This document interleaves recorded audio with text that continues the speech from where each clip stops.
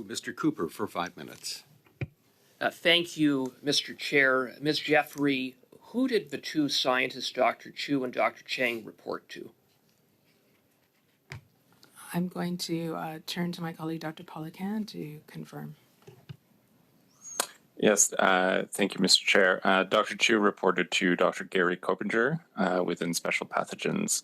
Dr. Cheng reported to Grant McClarty, though has different functions within the lab over his course of his employment. Can you provide the titles of those two individuals? Yes, Dr. Kopinger was Chief of Special Pathogens, and Dr. McClarty was the Director of the Scientific Technologies Core. And are they both employed at the lab or with PHAC today? Both individuals have taken up other opportunities over the course of the past several years. Did the 10-week delay for the Prime Minister to appoint a new president of PHAC have an impact on securing the lab? I can say that we move forward, Mr. Chair, as expediently as possible to with the investigations. Initially, we had circumstances, then allegations, but given the severity and impact of them, it was very important to have evidence. And as soon as evidence was secured, we moved forward. I asked you a specific question respectfully. Did the gap, the 10-week period in which there was no one at the top of PHAC, have an impact on the ability to secure the lab, yes or no? No. Okay, thank you for that. Between the time that red flags were first raised about Dr. Chu and Dr. Cheng in the fall of 2018 through to the time that they were marched out of the lab on July 5th of 2019, were any restrictions during that nearly 11-month window placed upon them in terms of their access to the lab? I'm going to turn to my colleague.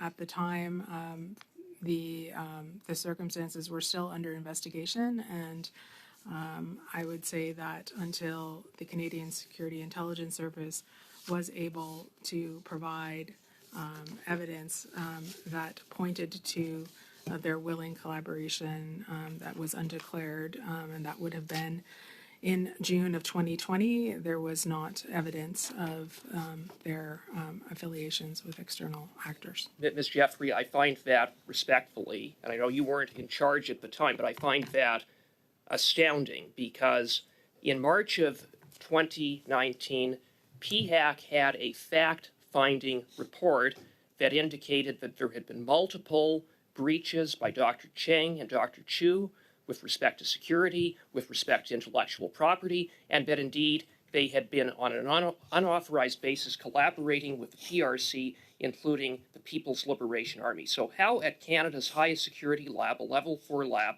would they have continued to have unfettered access with PHAC having that information?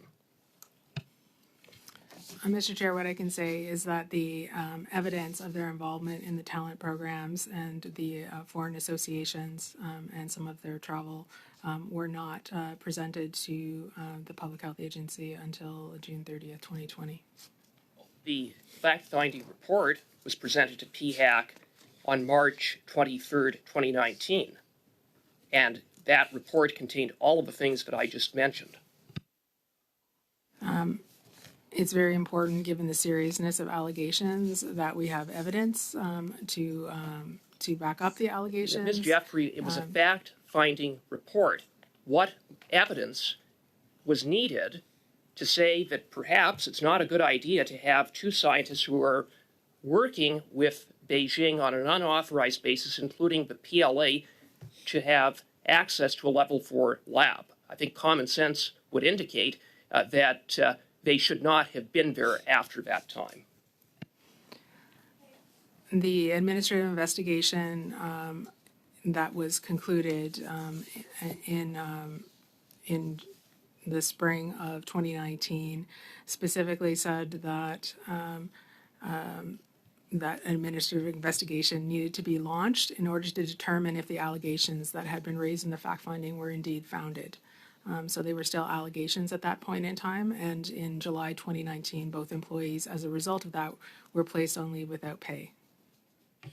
Thank you, Mr. Cooper.